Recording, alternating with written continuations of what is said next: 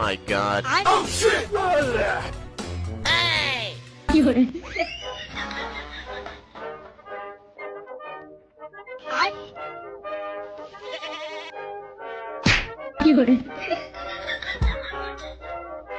ये क्या है?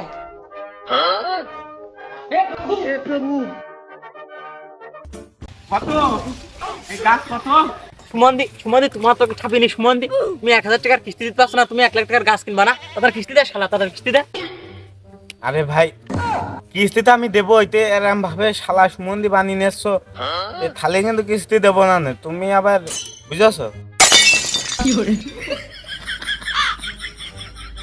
এই কথা তো ভাই আমি তোমার করছি না, এই কথা আমি তোমার খিজলোদের করছি। তুমি ঘ্যান ঘ্যান না করে তার আমার টাকা দাও, আমি বাড়ি যাই।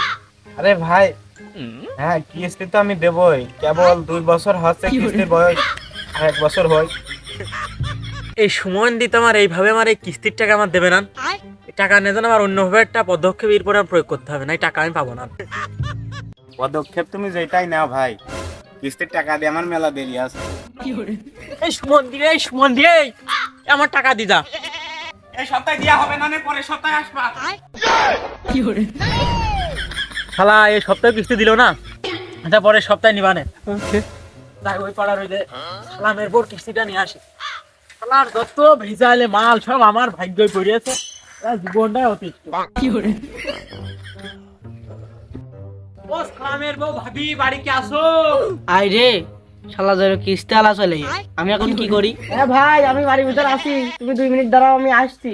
হ্যাঁ হ্যাঁ ভাবি একটু তাড়াতাড়ি আসেন। আই ভাই আমার আজ বাড়ি আলা যাইরো বাড়ি নেই, তুমি যাও, আমি সন্ধ্যার সময় আমার যাইরো দিয়ে পাঠাবো না। কেরামটাই হয়ে যায় ভাবি, প্রতিবার একই কাজ।